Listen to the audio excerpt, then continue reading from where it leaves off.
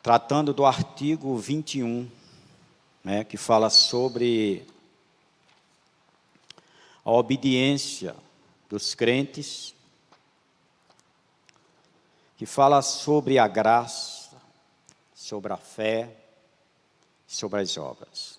Dentro desse período, desse horário, eu vou tentar trazer aqui aquilo que for possível para a glória do nome de Jesus.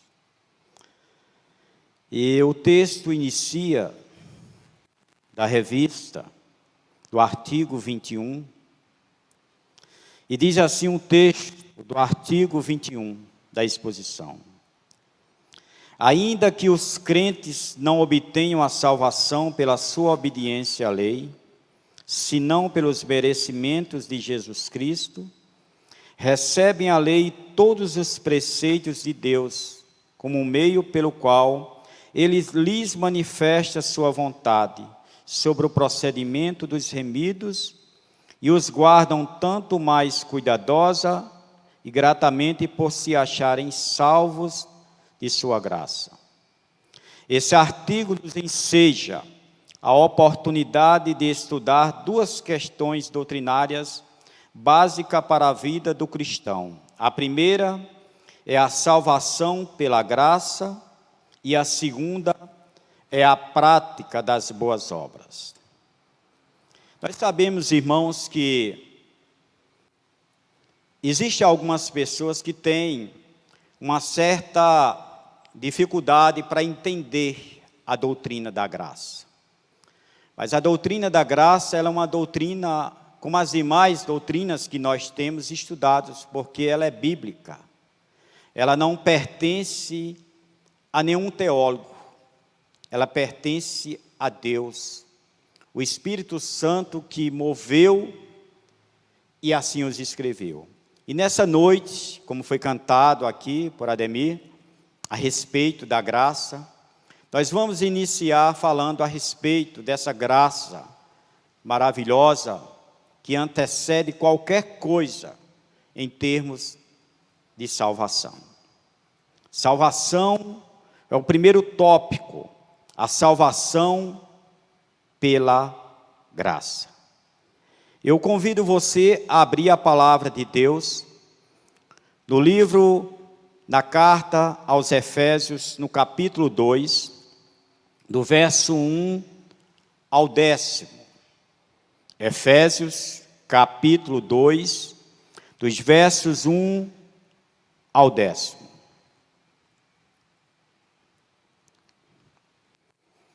Que diz assim o texto: Ele vos deu vida, estando vós mortos nos vossos delitos e pecados, nos quais andaste outrora, segundo o curso deste mundo, segundo o príncipe da potestade do ar, do Espírito, que agora atua dos filhos da desobediência, entre os quais também todos nós andávamos outrora, segundo as inclinações da nossa carne, fazendo a vontade da carne e dos pensamentos, e éramos por natureza filhos da ira, como também os demais. Mas Deus, sendo rico em misericórdia, por causa do grande amor com que nos amou, e estando nós mortos em nossos delitos, nos deu vida juntamente com Cristo. Pela graça sois salvos, e juntamente com Ele nos ressuscitou e nos fez assentar nos lugares celestiais em Cristo Jesus, para mostrar nos séculos vindouros a suprema riqueza da sua graça em bondade para conosco em Cristo Jesus. Porque pela graça sois salvos, mediante a fé, e isso não vem de vós, é dom de Deus, não de obras, para que ninguém se glorie. Pois somos feitura dele, criados em Cristo Jesus para as boas obras, a quais Deus de antemão preparou para que andássemos nela.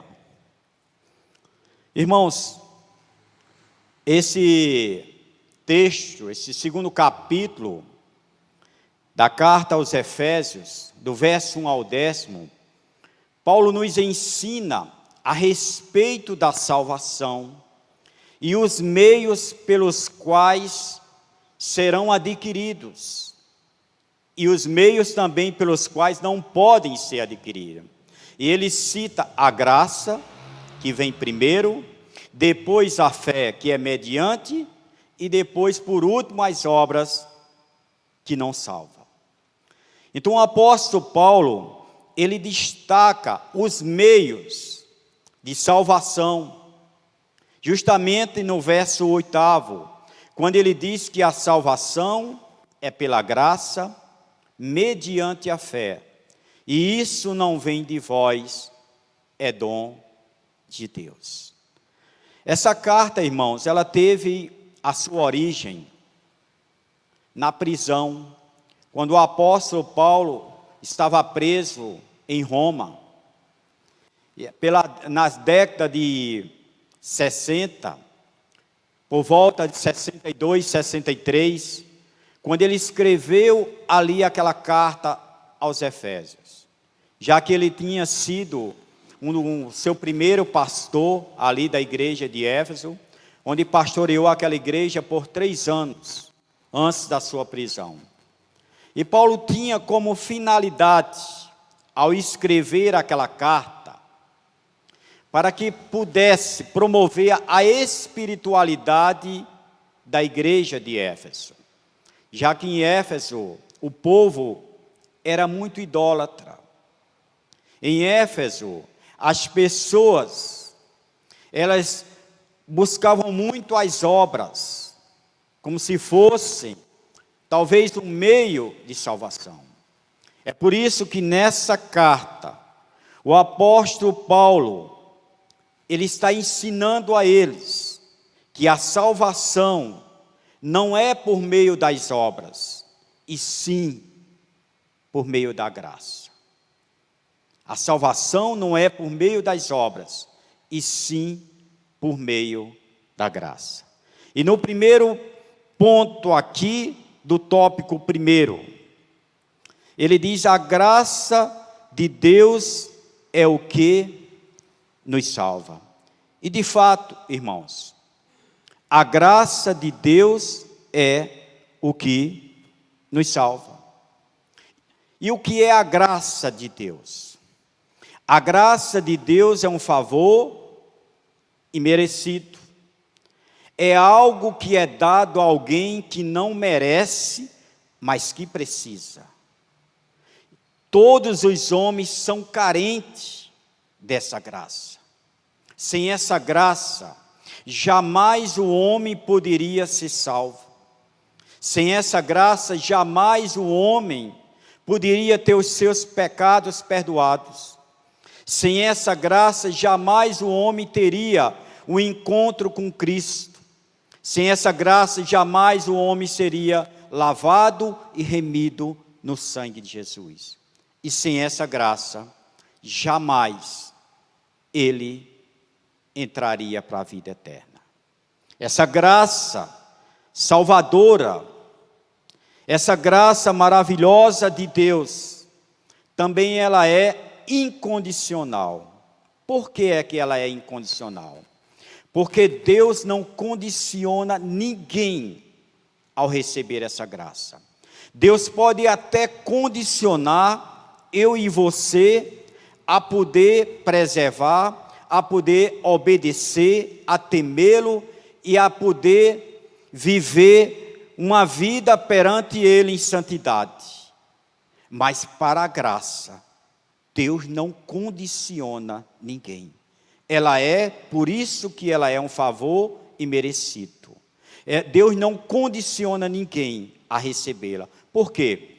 Se Deus condicionasse a mim e a você para receber essa graça, nós teríamos o direito de dizer que nós somos salvos pelos nossos méritos, pelos nossos esforços, porque nós apresentamos diante de Deus algo que o atraiu, algo que o convenceu e fez com que Ele derramasse sobre nós a sua graça.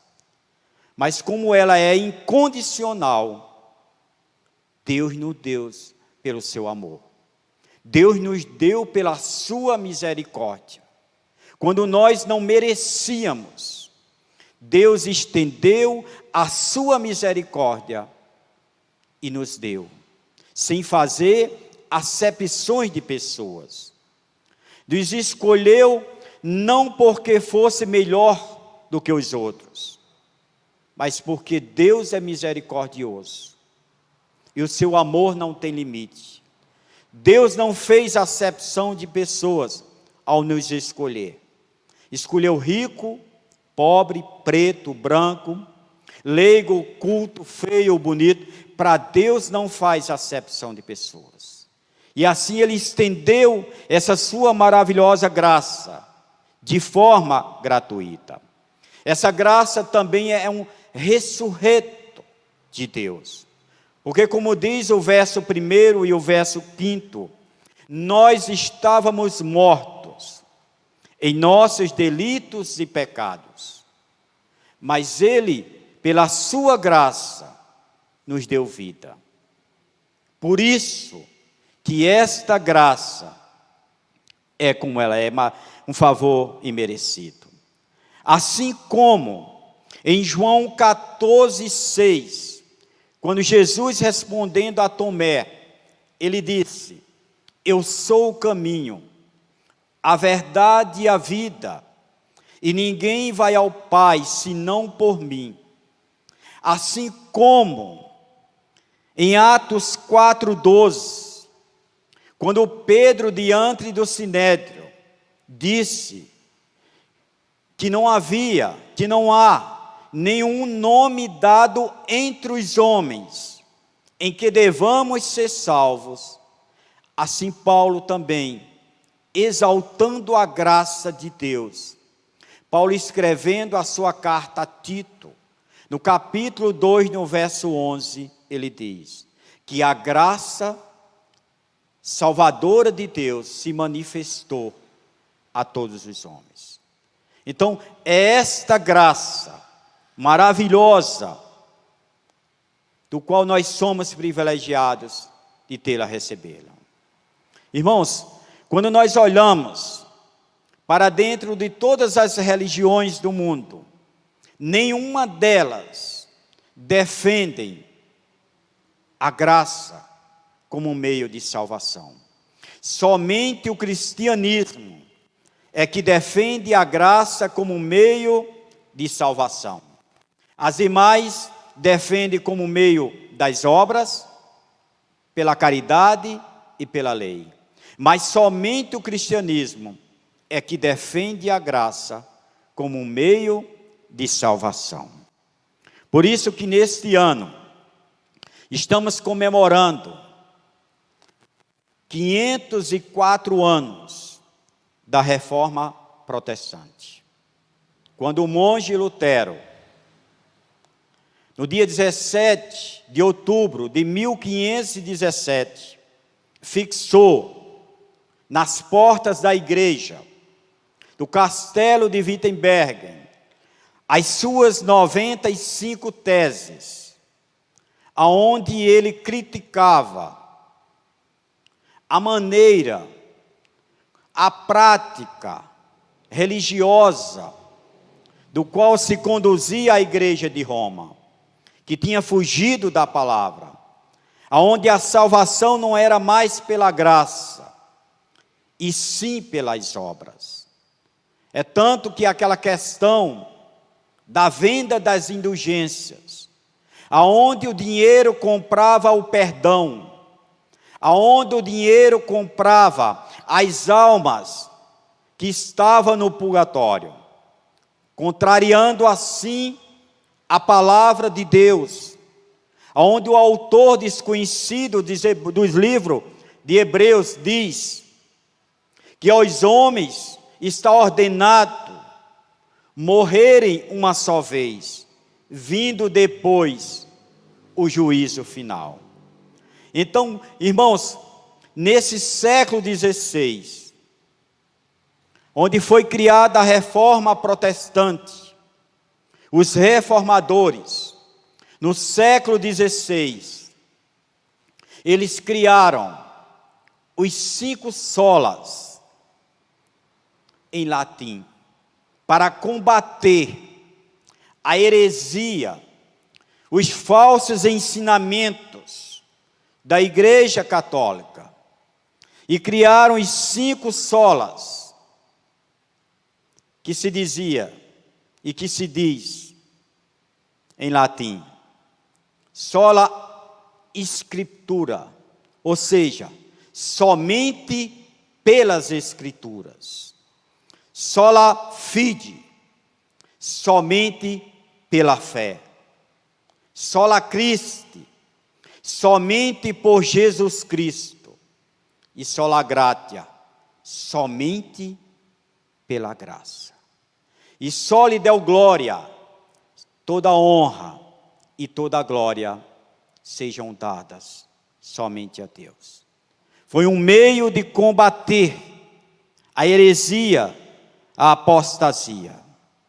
E em Romanos 11, capítulo 11, no verso 5 e 6, quando Paulo estava falando a respeito do futuro de Israel, porque Israel acreditava muito que a salvação seria pelas obras da lei, e não pela graça, porque não conheciam a graça de Cristo.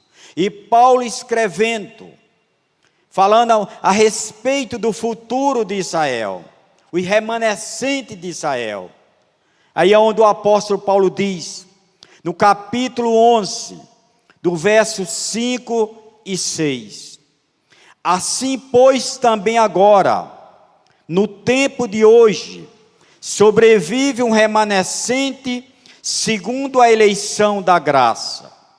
E se é pela graça, já não é pelas obras. Do contrário, a graça já não é graça.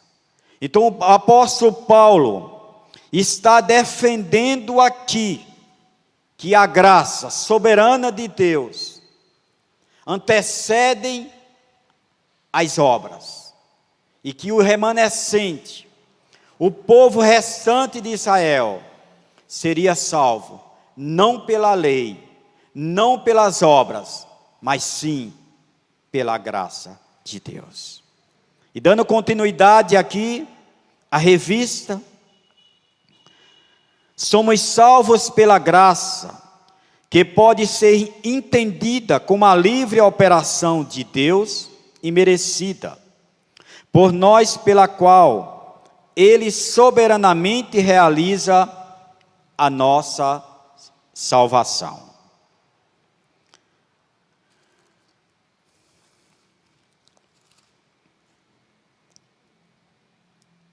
Porque a graça de Deus é um favor imerecido.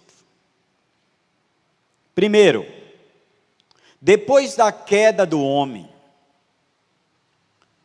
todos morreram em Adão, como a Bíblia diz. Depois da queda do homem, todo ser humano herdou o DNA de pecado de Adão. Então todos estavam mortos, como estão mortos, sem Cristo. E para que obtesse esse favor, somente Deus poderia fazer. Porque é que é um favor imerecido. Romanos 6,23 diz que o salário do pecado é a morte. A recompensa pelo pecado é a morte. O que nós merecíamos, pelos nossos erros, pelas nossas falhas, pelos nossos pecados, seria a morte eterna. Mas Deus, rico em sua misericórdia, nos alcançou para que nós não fôssemos ao inferno.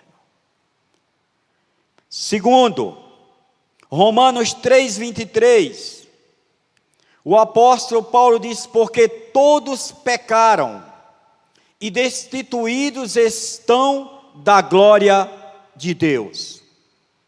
Ou seja, todos estão exonerados da glória de Deus.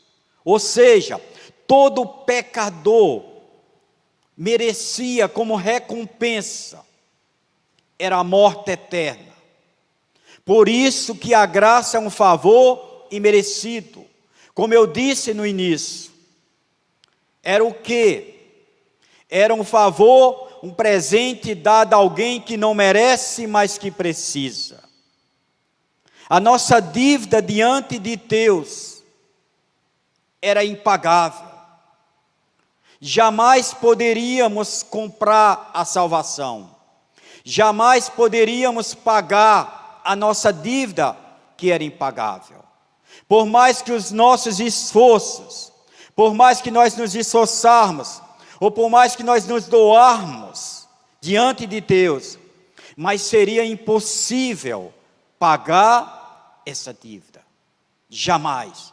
Mas a palavra de Deus diz, lá em Colossenses 2,14, que Jesus Cristo pagou a nossa dívida.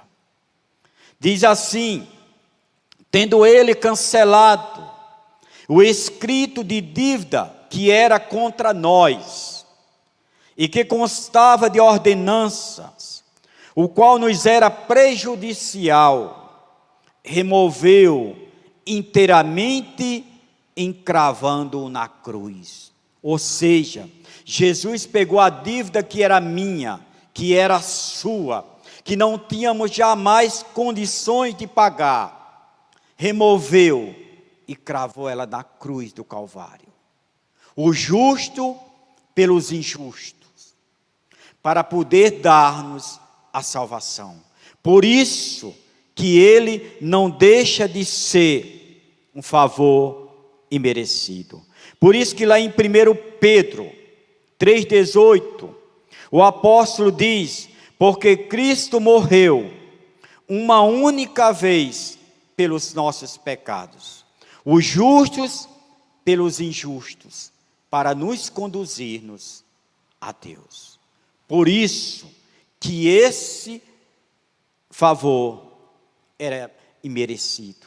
Jamais teríamos condições de obtê-los através dos nossos esforços ou através dos nossos méritos. E ainda continuando a revista, o autor diz: Deus é gracioso no sentido em que sua boa vontade se volve para nós e gratuitamente, sem que em nós haja alguma coisa pela qual nos deva salvar, ele nos salva. Sem que em nós haja alguma coisa em que possamos nos salvar a si mesmo, ele nos salva. Irmãos, o que é que eu e você teria para oferecer a Deus? Nada.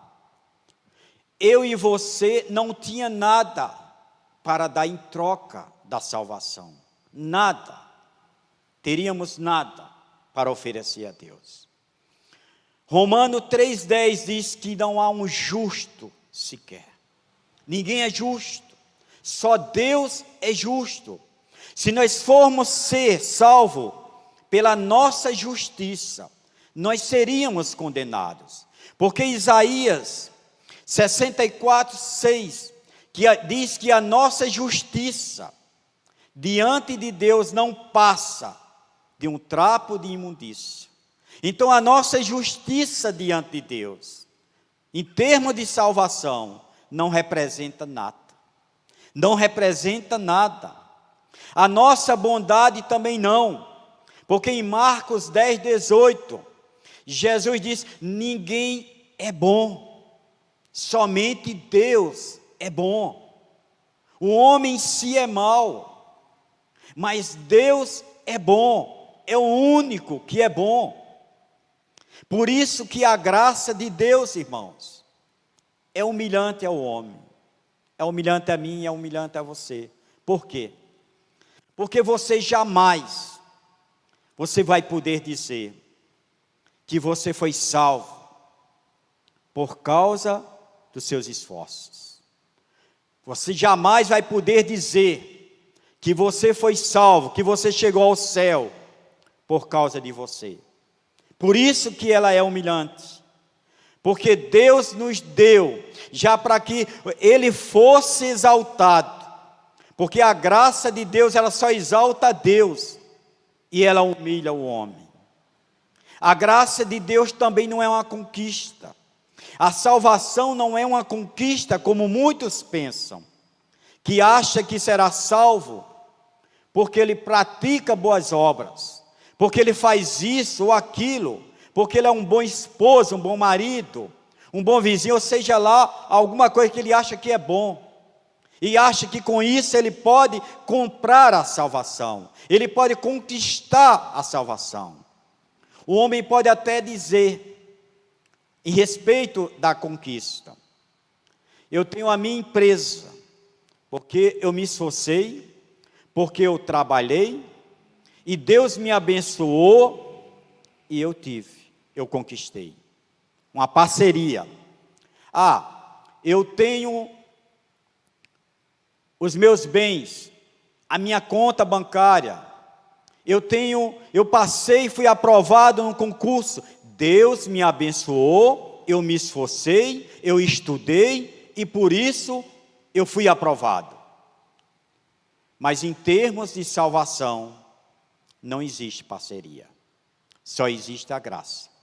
Em termos de salvação, jamais o homem poderá dizer que houve uma parceria com Deus, porque jamais houve, e jamais haverá essa parceria. É somente Deus, a glória devida somente a Deus. Jamais o homem será salvo por parceria, ou por alguma coisa que possa envolvê-lo ou atrair a Deus. Jamais, isso jamais. A graça de Deus, ela é soberana, no sentido de ser o único meio de salvação na vida do pecador. Uma outra coisa, irmãos, é que a graça de Deus, ela depende da misericórdia de Deus. Ela não depende do homem. Jamais. É a misericórdia de Deus. Não depende do esforço de quem quer buscar. Não depende de quem corre atrás. E Paulo dá um grande exemplo aqui em Romanos. Em Romanos, no capítulo 9, quando ele está falando a respeito de Esaú e Jacó, quando ele está citando aqueles gêmeos, que eles ainda não tinham nem nascido, não conheciam nem as obras, e ainda se encontrava no ventre de sua mãe, mas Deus, pela sua misericórdia, escolheu um e aborreceu o outro. Vai entender Deus, é a forma de Deus trabalhar, é a forma de Deus escolher, e não é injusta. Olha só o que Paulo diz no verso 11: e ainda não eram os gêmeos nascidos, não tinham praticado o bem ou o mal, para que o propósito de Deus quanto à eleição prevalecesse, não por obras, mas por aquele que chama. Já fora dito a ela: o mais velho será servo do mais moço. Como está escrito: amei a Jacó, porém me aborreci de Esaú. Ainda eles não tinham nem nascido, não conheciam nem o pecado, mas Deus já os tinha escolhido no ventre de sua mãe, para que um fosse salvo e para que o outro fosse aborrecido. é a doutrina da eleição. É por isso que eu disse no início que muitas vezes as pessoas não entendem, mas que ela é bíblica. A doutrina da eleição, ela não pertence a teólogo tal, a fulano de tal. Ela é bíblica, ela é de Deus. E é o que a palavra de Deus nos ensina. E continuando ainda o texto, para mostrar a misericórdia de Deus, o apóstolo Paulo diz do verso 14 em diante: que diremos, pois, a injustiça da parte de Deus? De modo nenhum, pois ele diz a Moisés: terei misericórdia de quem me aprouver ter misericórdia, e compadecer-me-ei de quem me aprouver ter compaixão. Assim, pois, não depende de quem quer ou de quem corre atrás, mas de Deus usar a sua misericórdia. Então, a graça de Deus, a graça salvadora de Deus, é um ato da misericórdia de Deus e não do homem. É Deus, pela sua misericórdia, que nos alcançou, e nós só temos que agradecê-lo. Nós só temos que bendizê-los, sermos gratos a Ele, porque Ele nos escolheu. Não foi nós que os escolhemos. Por quê? O perdido era eu, e não Ele. Então foi Ele que me achou. Não foi eu que encontrei, nem achei Ele. Foi Ele que nos achou. E continuando ainda o texto, o autor da revista diz: deve-se compreender que essa doutrina não se dissocia da doutrina da justiça divina. Esse atributo de Deus faz com que sua graça não possa manifestar-se, salvando aqueles que, dentro dos preceitos da justiça, do plano dele e do caráter dele, estão em condições de completo, absoluto desajustamento com esse plano e esse caráter. Daí a verdade bíblica de que Deus, embora amando o mundo, desejando que o ímpio não pereça, não processará a salvação de todos, senão daqueles que creem.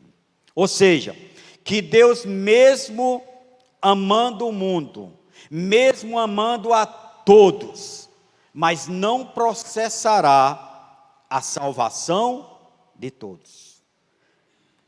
João, capítulo 3, verso 16, tem um texto, um versículo que é muito conhecido nosso, onde diz o texto: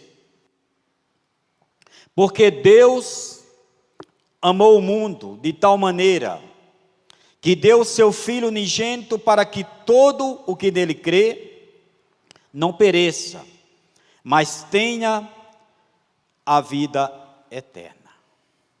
Irmãos, mas o texto está dizendo aqui, o autor, que Deus não processará a salvação de todos. E é fato. Quando você olha para a história da igreja, quando você olha para a história da humanidade, é fato que nem todos creem e que nem todos são salvos.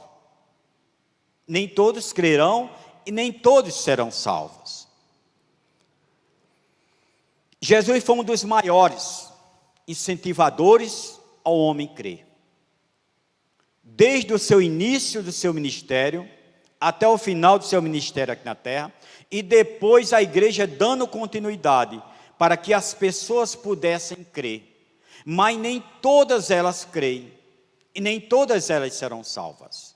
O texto lá em Marcos, no capítulo 1, no verso 15, Jesus, convidando os judeus a crerem na palavra, ele diz: o tempo está cumprido, e é chegado o reino de Deus. Arrependei-vos e crede no Evangelho. Jesus estava chamando os judeus a crerem, a se arrependerem, mas nem todos creram.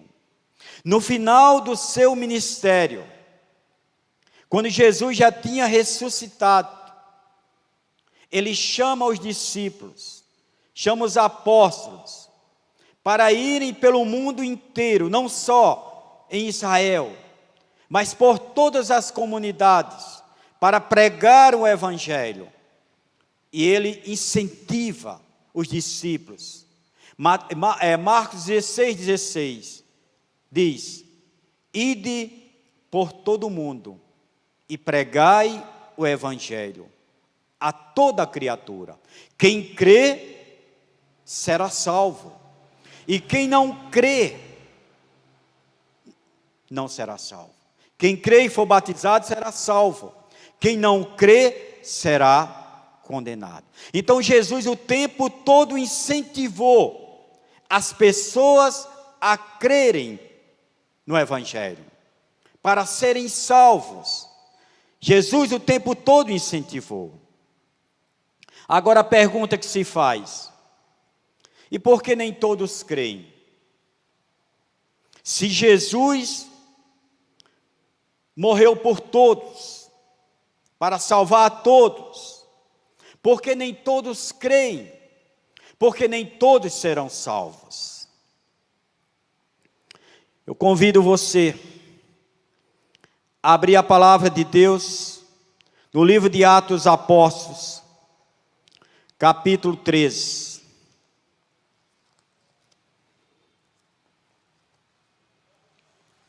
Verso 48.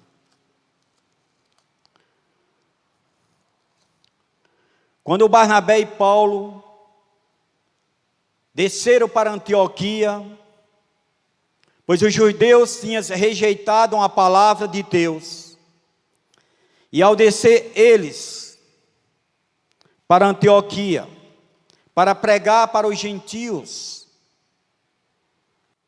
ele diz que eles se alegraram. E o verso 48, olha só o que Paulo diz: os gentios, ouvindo isso, se regozijavam e glorificavam a palavra do Senhor. Ou seja, os gentios, ouvindo o Evangelho, se regozijavam e glorificavam a palavra do Senhor. Aí, continuando o texto, olha só o que Paulo diz: e creram todos os que haviam sido destinados para a vida eterna. O que é que o apóstolo estava dizendo com isso? Ele estava dizendo que creram somente aqueles que foram predestinados a crer, e não mais. Somente aqueles que foram predestinados a crer. Quando olhamos para a teologia arminiana, até porque essa igreja, a maioria, é dentro de uma teologia arminiana, a gente vai entender, porque Armínio também defendia essa predestinação. Armínio defendia que esse crer, esse destinado a crer, seria pela presciência de Deus. E o que é a presciência de Deus? É quando Deus vê o futuro. Presciência quer dizer que Deus conhece o futuro.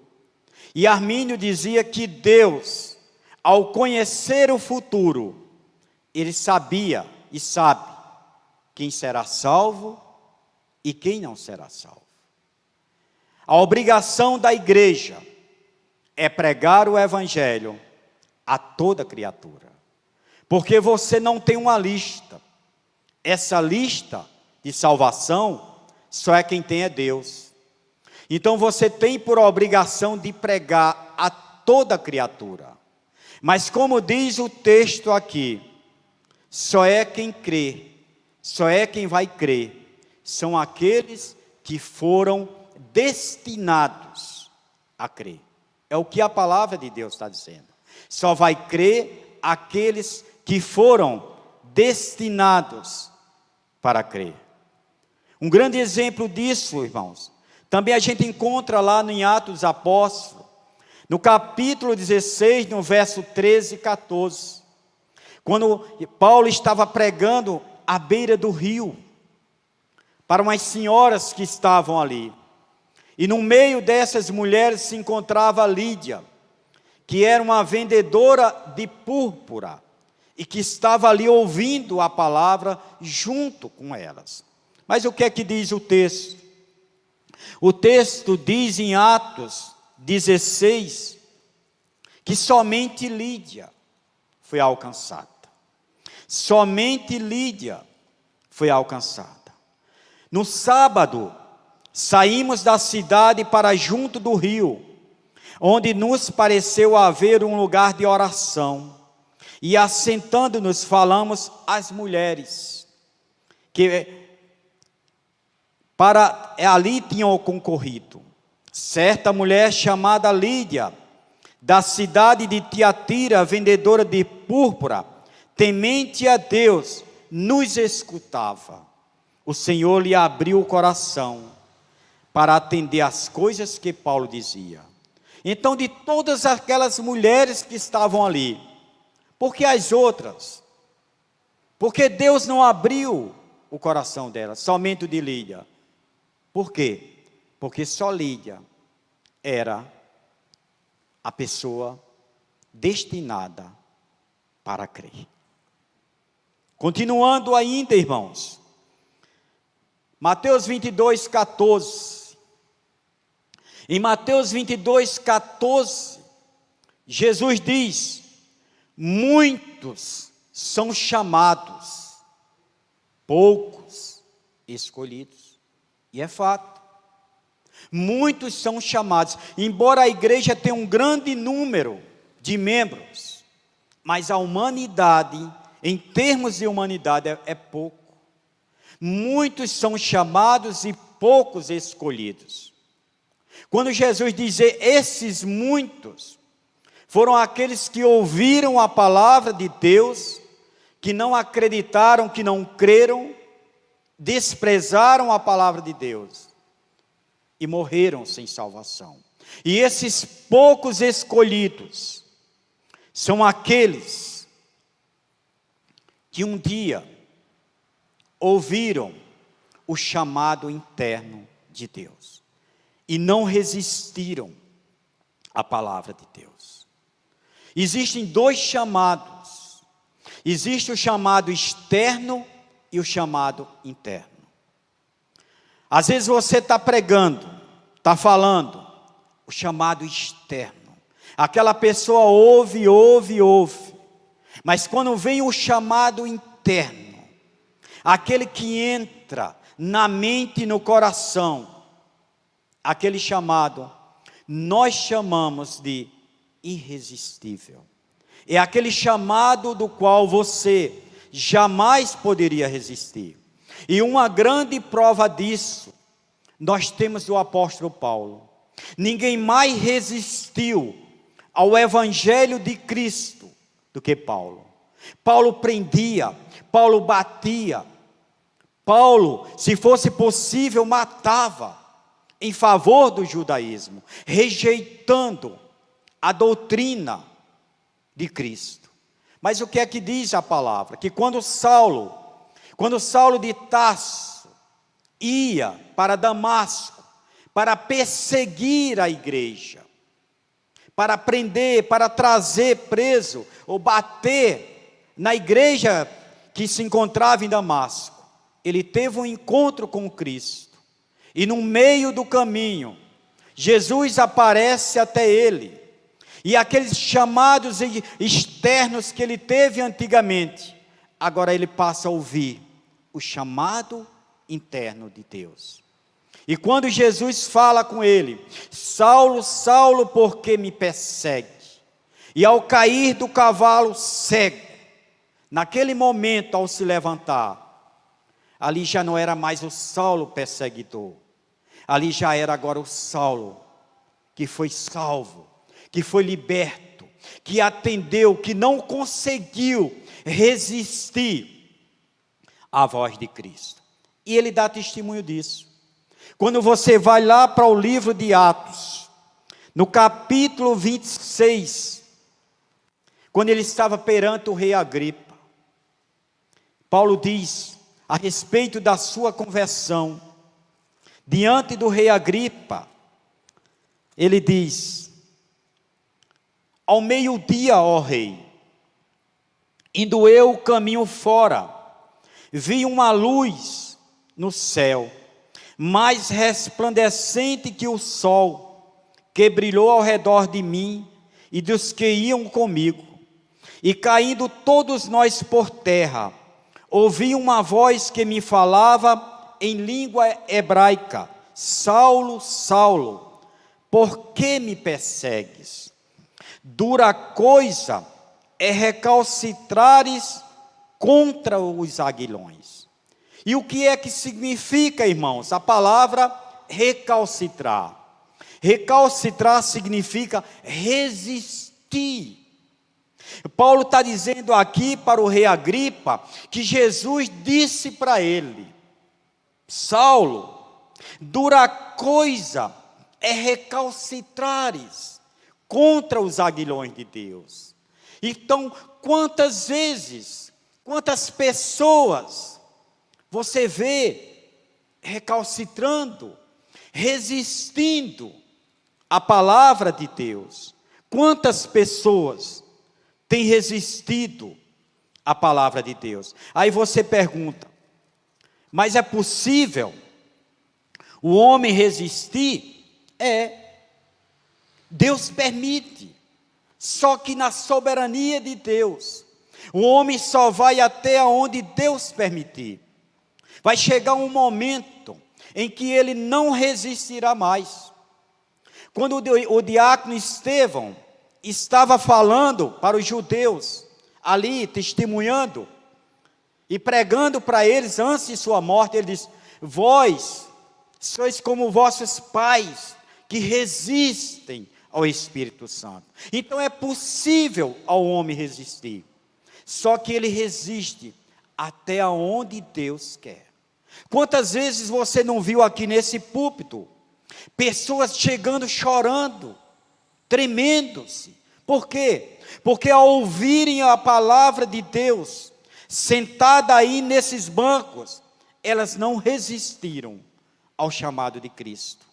Não foi o chamado do homem, naquele momento foi o chamado de Cristo. E elas não resistindo, elas choravam e se entregavam aqui aos pés de Jesus.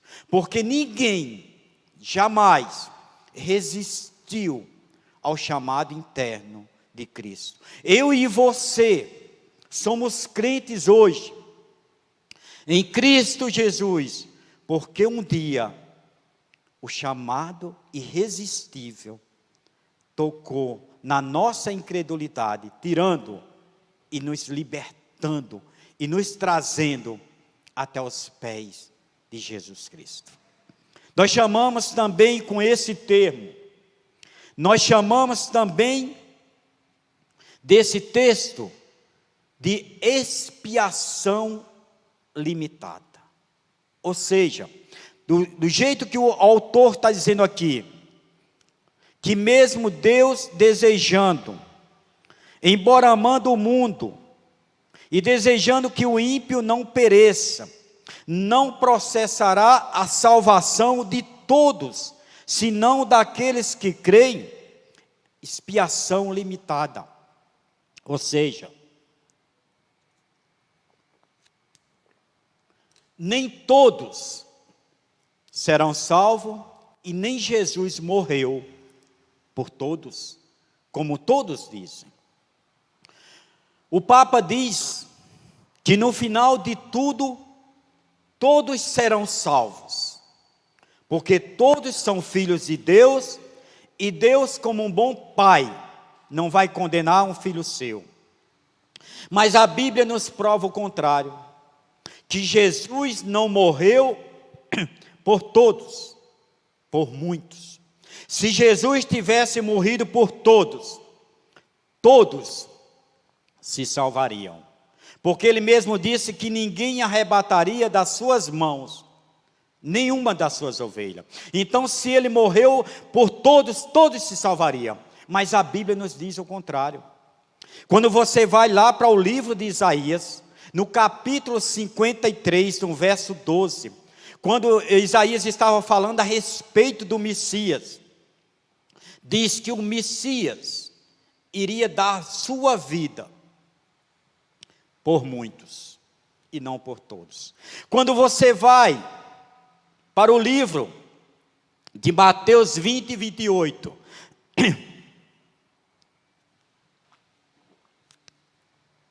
Mateus 20, 28, Jesus diz que ele não veio para ser servido, mas para servir e para dar sua vida por muitos, não é por todos. Quando você vai também para Mateus 26, 28, quando Jesus estava na última ceia com os seus discípulos, ali Jesus pega o cálice e diz: porque isso é o meu sangue, o sangue da nova e eterna aliança, que é derramado por muitos, não é por todos. Então a Bíblia nos prova que Jesus não morreu por todos, assim como o autor da revista está dizendo, que a salvação, ela se processará somente para aqueles que creem. Aí vem um segundo ponto: a salvação é mediante agora a fé. Ou seja, a salvação é mediante a fé. Ou seja, a graça antecede a fé. Agora ambas andam juntas. Ninguém será salvo somente pela graça se não tiver a fé. E ninguém será salvo pela fé se não tiver a graça. Porque, como diz a palavra, sem fé é impossível agradar a Deus. Então, quando Paulo diz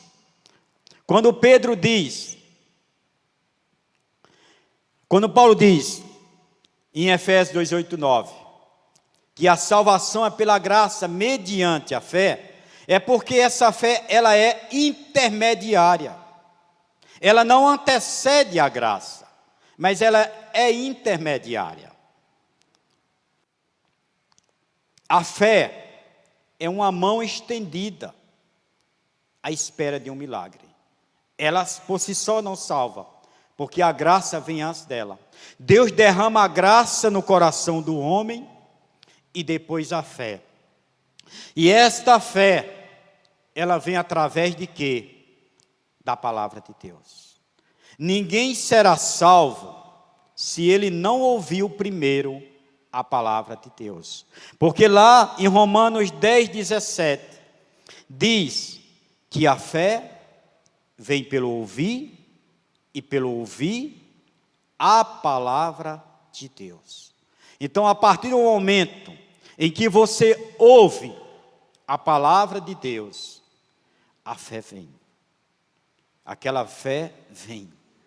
E ali você passa a ser salvo. Ali naquele momento em que você creu pela fé, naquele momento ali, você foi batizado com o Espírito Santo de Deus. Você foi ali selado pelo Espírito Santo de Deus. Porque, como Paulo diz, a fé é um dom de Deus. A fé não é um dom do homem. A fé genuína, verdadeira, é um dom de Deus. Aquela fé que vem do homem, ela é idólatra, ela é enganosa, é mentirosa. É aquela fé que acredita nos ídolos, nos santos, que acredita em qualquer outra coisa. Mas a fé genuína, essa vem somente de Deus. Por isso que ela é um dom. E todo dom é um dom que é dado por Deus e não pelo homem. Eu poderia ir até mais adiante, mas o horário não permite. Já chegamos a 9 horas. Gostaria de devolver a palavra ao presbítero Ademir e desejar aos irmãos que possamos voltar para casa em paz, com segurança, debaixo da graça, debaixo da proteção divina. Gostaria que a igreja ficasse de pé para a gente orar.